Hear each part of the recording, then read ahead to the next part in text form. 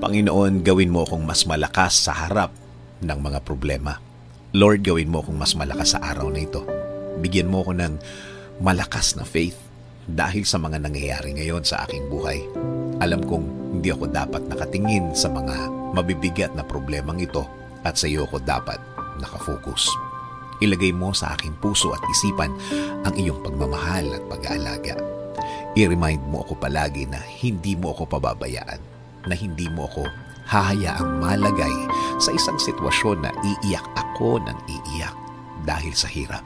Alam kong babaguhin mo ang bawat araw ko. Alam kong ang lahat ng ito ay hindi magtatagal, magbabago at magbabago ito. At hindi mo hahayaan ako, Lord, na mawala ng loob sa mga araw na darating. Alam ko na lagi mo akong i-guide sa tama at tahimik na buhay. Lagi mo akong i-remind, Lord,